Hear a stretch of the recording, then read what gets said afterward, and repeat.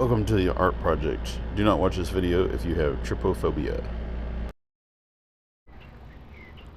Hey, so I'm working on this picture, and it's kind of like a chrysanthemum, in that it has all of these petals, although they're not exactly petals, and they come out from the center like a chrysanthemum, but they're really more like tubes like macaroni. They have a hole that you can see in the end of them. And the reason for this is because a friend of mine was expressing his discomfort with this little decorative piece that was sitting on the table at another friend's house. Now, the decorative piece was basically a sphere with a bunch of little holes in it. And apparently, my friend has that phobia, uh, trypophobia or tryptophobia or trypophobia, whatever it's called. You can tell me down in the comments what it's called. I don't know what it's called, but it's that phobia where you have a fear of holes.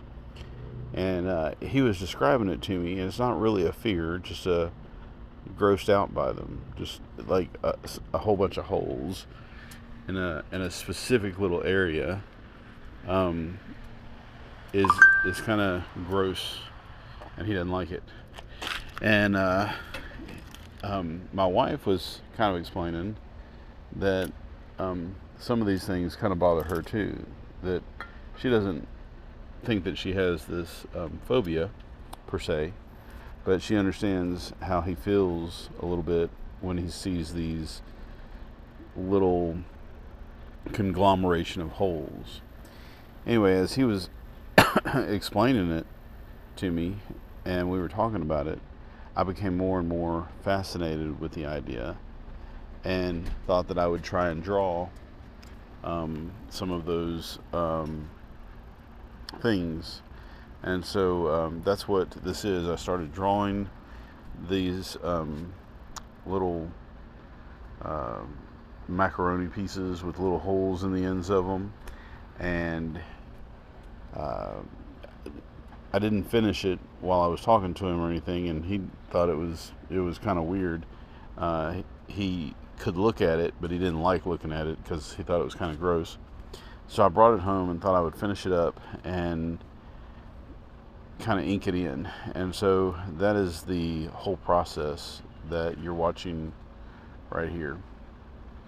Um, it's really kind of fun to just zone out and draw for a couple of hours just the same little motif. In this case, pieces of macaroni or sea anemone. I don't know. Do sea anemones have little holes in the ends of them? I'm not sure. And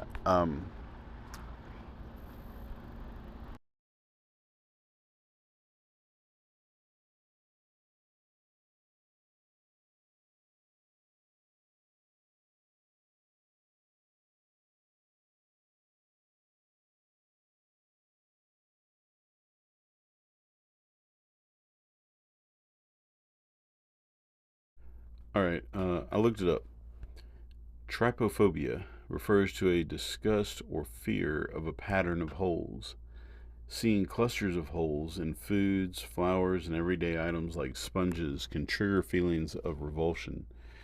Trypophobia is gaining recognition in anxiety as an anxiety problem that can affect quality of life. I looked this up and found this answer on my.clevelandclinic.org. So I think that's a reputable source. I don't know. You can look it up for yourself. My friend says that he doesn't mind holes like a honeycomb because it's more geometric and maybe even more regular. I think, I don't know, that doesn't bother him as much if I remember what he said correctly. Um, anyway, I think it's kind of fascinating. You know,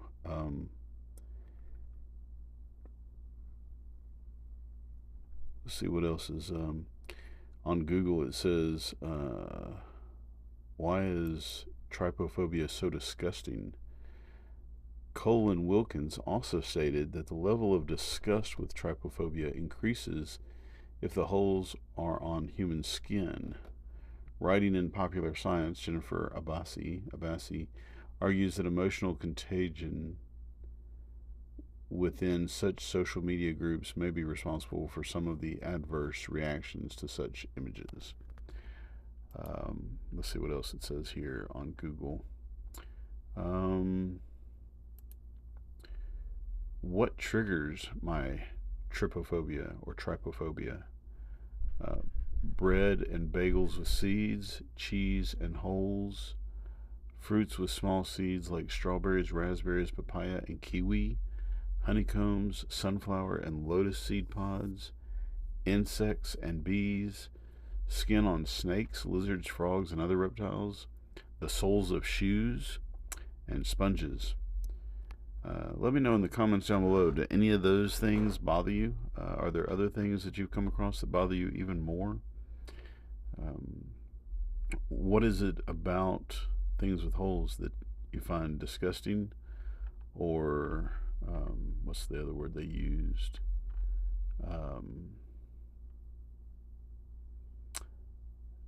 What do you actually have a full-on fear of these things with holes in them, or aversion to them? Does it cause you anxiety? Does it mess up your quality of life in any way? I mean, some things you can kind of, like really not like too much, but you don't come across it too much, so it doesn't bother you. Or you don't notice maybe some things. I don't know. I don't really know how all that works. I actually find it really fascinating, and the more my friend described what bothered him, the more interested I was in drawing such things. And I've got a couple of ideas for drawings to come that I may try out. And I'm not trying to gross anybody out, this is not, I'm not doing this because I'm trying to like mess with people or anything, but it just fascinates me, and because I've been drawing chrysanthemums for a few months now, and it has this repetition of petals. The idea of like honeycombs and pine cones and other natural occurring patterns has really kind of been fascinating to me lately. And so I've been trying to draw some of those things. I've been drawing chickens with the patterns in their feathers, stuff like that. And I'm really kind of fascinated by the idea. My friend was telling me that he is more disgusted by holes that have something just inside of them that look like they're going to come out. Maybe sort of like a zit, or I don't know, some of those seed pods that like pop out, that kind of spring. I don't know. It's just really fascinating, and it was hard to talk to him about it. I wanted to keep asking him questions, but some things would just like set him off, and he was like, ugh, and he would retch a little bit. So I didn't want to bother him that much with it. So, but it's kind of hard to like figure out what it is, or find out more about it from somebody who really knows something about it without them getting disgusted. I can't talk to a regular person about it because they don't really know what the person who actually is affected by it. So I wonder how the researchers do it. This other thing on Google says the exact cause of trypophobia is unknown as research in this area is limited. Well, I guess it would be, because the only people you can research on are the people that are put off by it, and the people that are put off by it don't want to talk about it. Various triggers of trypophobia have been identified, such as honeycombs, bubble wrap, or fruit seeds. Certain patterns, bumps, patterned animals, and imagery may also trigger trypophobic reactions. Here's a totally different website. Let's see. Researchers have postulated various theories to explain the origin of trypophobia, including evolutionary causes, associations of similar visual imagery with dangerous animals and diseases, or a natural response to visual stimuli, and links to other disorders. So, this is from osmosis.org, if you want to read it. Trypophobic reactions may be explained as unconscious reflex reactions that have evolved over time as survival mechanisms to avoid danger or disease. For example, images of poisonous animals such as snakes or insects that have patterned skin or clustered body parts may trigger trypophobic reactions. How common is trypophobia? It is estimated that up to 15% of adults may experience trypophobia to some degree, with trypophobia generally more common in females compared to males. However, the exact prevalence of trypophobia is unknown. This is still from osmosis.org. Signs of trypophobia may include avoidance triggers, images or objects associated with clustered holes, like certain foods and animals. Symptoms of trypophobia typically present after encountering a trigger and are similar to those of other specific phobias. Feelings of fear and disgust, which can result in panic attacks, sweating, and palpitations. Other symbols of trypophobia include feelings of discomfort, body shakes, goosebumps, itching, nausea, and vomiting. I've never seen anybody actually vomit from trypophobia.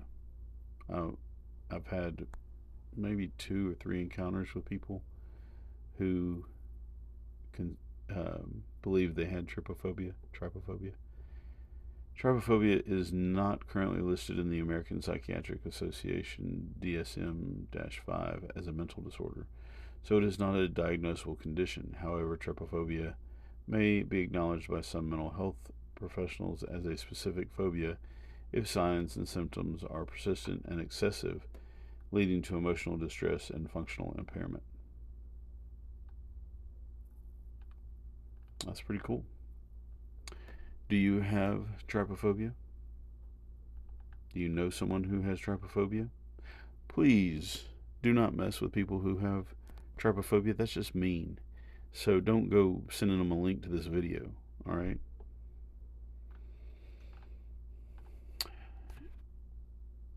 I really enjoyed doing this drawing though, and coming back in. One of my favorite things is just making like these little lines, these little hatch marks, and shading it in, and that took a little while on this particular picture.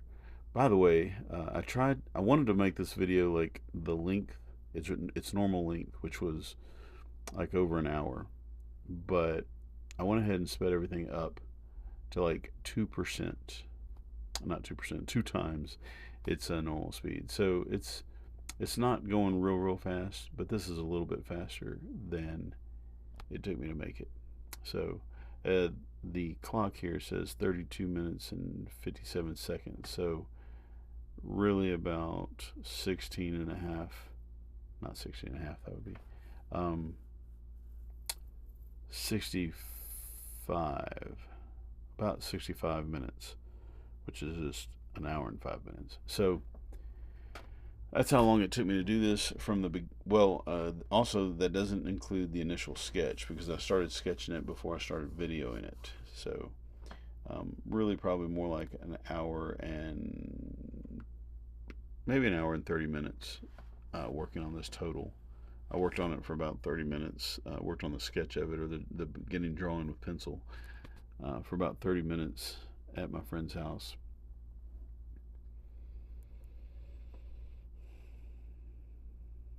I wanted to give the holes in the ends of them a little bit of depth, so I tried to make them a little bit darker, the deeper into the hole that you go.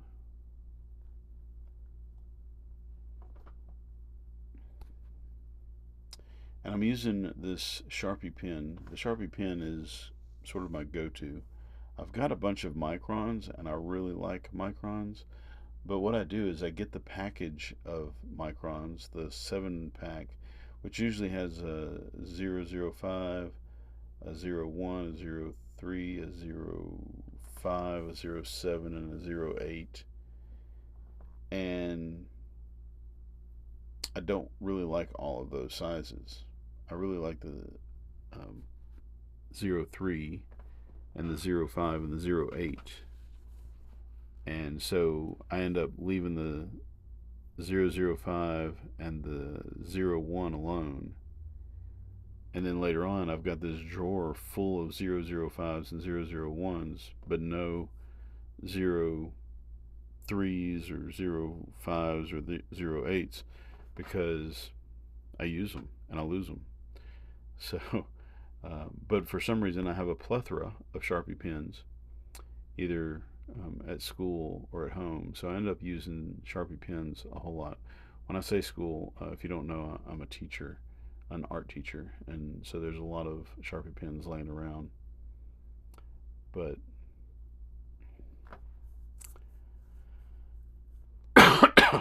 excuse me.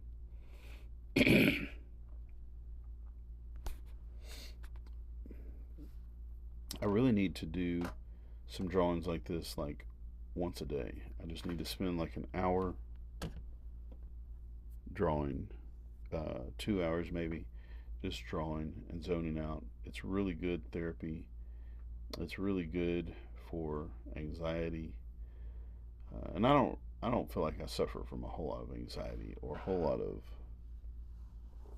um, stress, but it is relaxing, especially once you get to do it. If you don't know how to draw very well, that can be kind of frustrating. That can be irritating, I'm sure.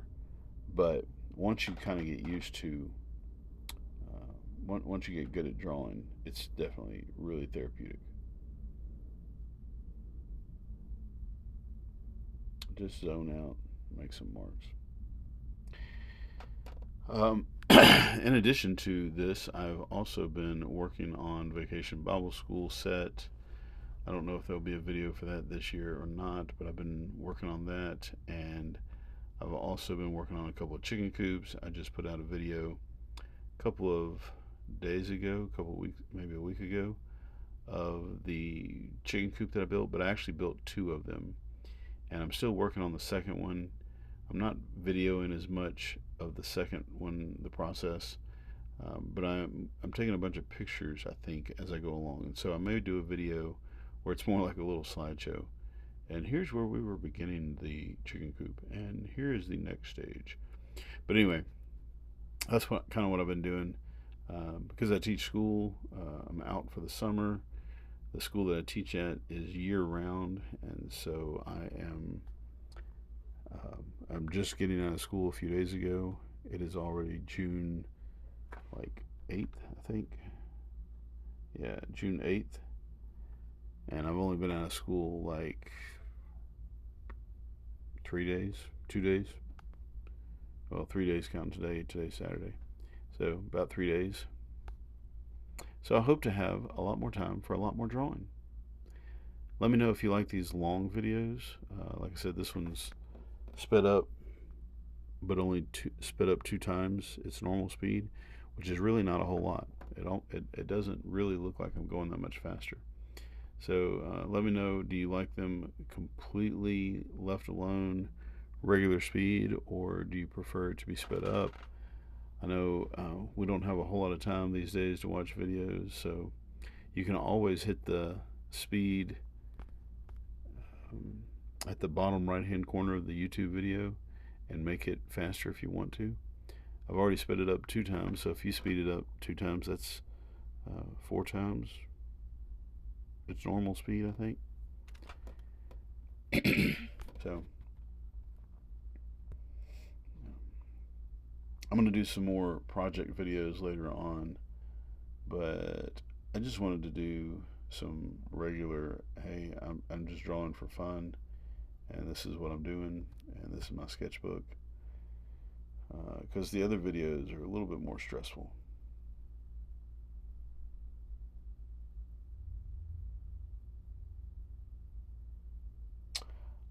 On another note, I'm just trying to think of random things to talk about throughout this video. On another note, I bought season passes for the water park, which is kind of crazy because I don't necessarily like to just go outside and go swimming all the time. But my daughters do, and one of my daughters is old enough that she bought her own season pass. And then my other daughter started begging, so I went and got her a season pass and me a season pass because she can't go without me. Um, so we went for one of these. We went to the water park, and I actually really liked it. I didn't go on any slides. I'm not in for a, what do you call it, a adrenaline rush or anything. But I did. I'm getting old, y'all. I'm just getting old. I'm like 51 years old. I'm tired and don't necessarily have time for an adrenaline rush. But not to mention, if it jerks you around a whole lot, it's gonna like tweak my neck, hurt my hips. Yeah, I'm just getting old and out of shape. But I got the season pass, and I was pleasantly surprised to find out that, number one, there's way more shade at the water park than I expected. The water park that I grew up at had no shade. This one had lots of shade, so that was exciting. Number two, they had fans everywhere, so no matter like where you were, you could go and stand in front of a fan and cool off if you needed to. Usually in the shade. They also had a lot of mist, so like there were these little spouts that just sprayed mist all over the place, so you were constantly being cooled off by random encounters with mist. And then the best thing of all, and I just think this is fantastic because I just didn't expect them to do this. They gave free drinks. Like they had this little kind of closet. Well, it wasn't exactly a closet, but like this little kiosk where you could go and help yourself to Coca-Cola, root beer, Mountain Dew, Powerade, water. I forgot what all was there, but like everything. And you could just, and sweet tea, and you could just go and get as much to drink as you wanted to drink. And that was just built into the price. And I think that's fabulous. I mean, it makes sense because it's a water park and they don't want people dehydrating. And they charge you a lot for the darn water park in the first place. It was $45, actually like $47 for a ticket, a single ticket for a single day, or it was $84, I think, for a season pass. And so $84, even if I only went twice, I would make my money back. Except that I had to buy two tickets, so that was really like $168 plus taxes, I'm sure. So, but anyway, I got to make sure that I go back a couple of times this summer. And I got in this inner tube and I just floated around the lazy river and relaxed, and every now and then got misted by water, and it was just good. So I'm gonna try and do that more often. I'm gonna try and do it a few times this summer, and hopefully make my money back. I haven't talked hardly at all about this picture in terms of like what I'm doing and how I'm doing it, although I think I did a little bit at the beginning. Now that I've gotten everything inked in, I wanted to give it some color. So I saturated the paper with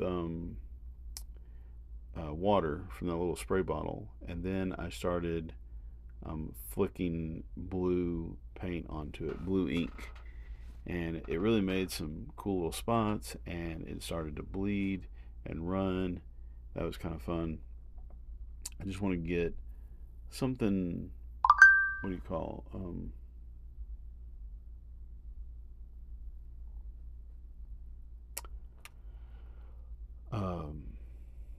I got somebody texting me at the same time, and so it's hard to concentrate on what I'm doing. I was just flicking. I was trying to get something a little bit random and fun, and not be so tight and serious as the drawing seemed to be. So that's what the flicking of paint is.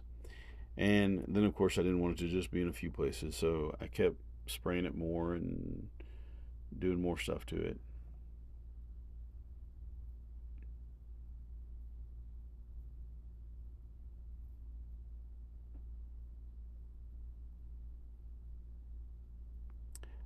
I wanted to just stick with blue because if I added any other colors to it, like yellow, that blue would turn green. If I added orange, it would turn kind of brown. So I'm just sticking with blue a little bit right now, and when it dries, I thought I might add some other colors to it, but as you'll see, what I ended up doing was just painting the background in black. I mixed some black and blue, but you can't really see that it is mixed. It just looks black. I loved watching the paint just kind of run down the sketchbook page. That was fun. Again, I also didn't want to completely cover up my picture, so I kept squirting it with water so it would become more and more transparent. You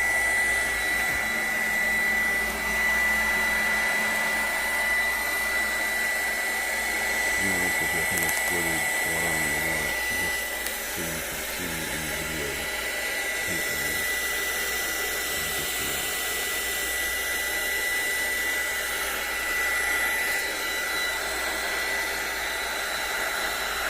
Put a hair dryer on it. It's not really a hair dryer. It's like a little blower that heat gun to help dry it out pretty fast.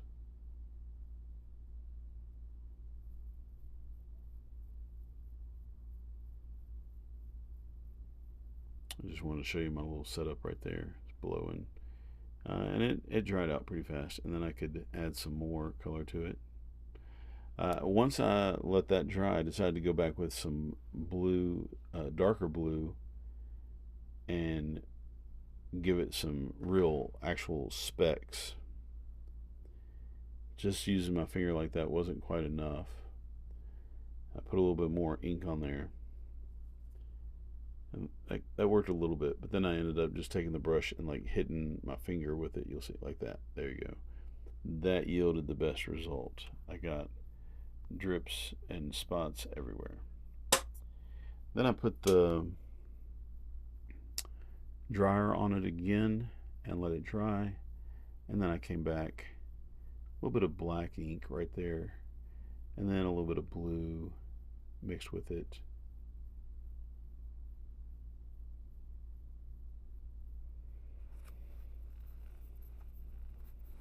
And then I got the paintbrush and just started filling it in. Also, I wanted to, I'm not sure why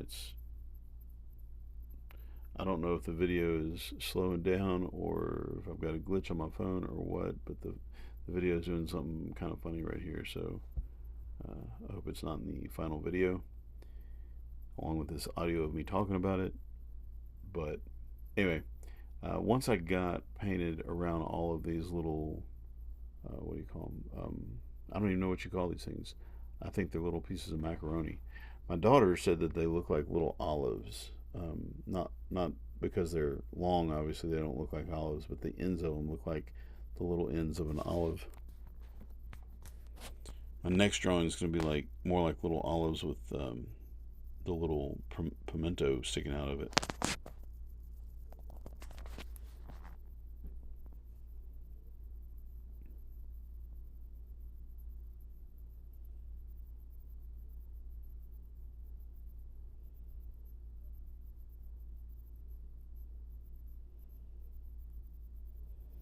Alright, so once I got it down to here, I decided to put some extra water and make the black run.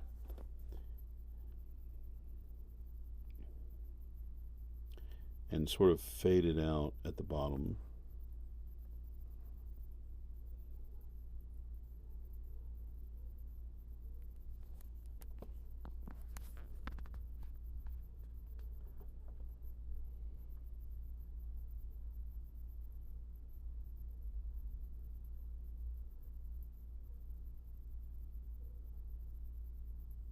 Had to clean up the bottom. I don't know if it went to the next page or not. I try to keep the previous pages clean and the future pages clean by protecting them with that white paper.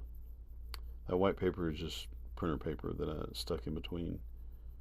Sometimes I tape it to it so it definitely doesn't get any ink on the other pages.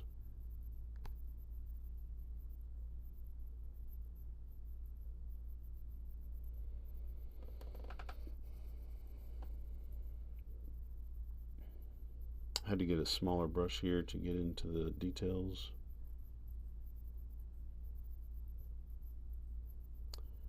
And you had to watch out or you miss some of the little details. Like I thought I finished the whole video and I quit and I took a picture of it and I was done, and then I noticed that there was a place that I missed and I had to go back and paint it in. So there are parts in the final picture that there's no video footage of. If you are a subscriber and you watch this and you live in Gulfport, maybe I'll see you at the water park. Or if you don't live in Gulfport and you drive down here for some reason to go to the water park, I'll see you around. Anyway, my story about the water park was that it was nice. I actually really enjoyed it, and I really need to do some more of it. And I got to take my daughter. Maybe I'll go tomorrow. They said something about going tomorrow. Maybe I'll go with them. I just need to get out on the lazy river and roll around and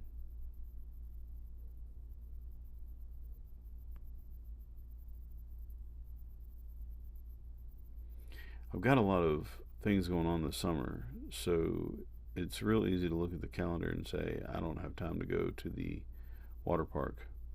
But the water park's about 15 minutes away, maybe 20 minutes away, and you can go and stay for like an hour and then leave, or whatever. And so if I go for an hour, it only really takes me 2 hours total. Now 30 minutes or so to get there, get ready and drive up there, an hour there, 30 minutes back home. It's not even 30 minutes back home, but conservatively, because you're going to end up doing something else, packing the bags, loading the car, stopping at a red light, traffic, whatever. It takes a little while sometimes. So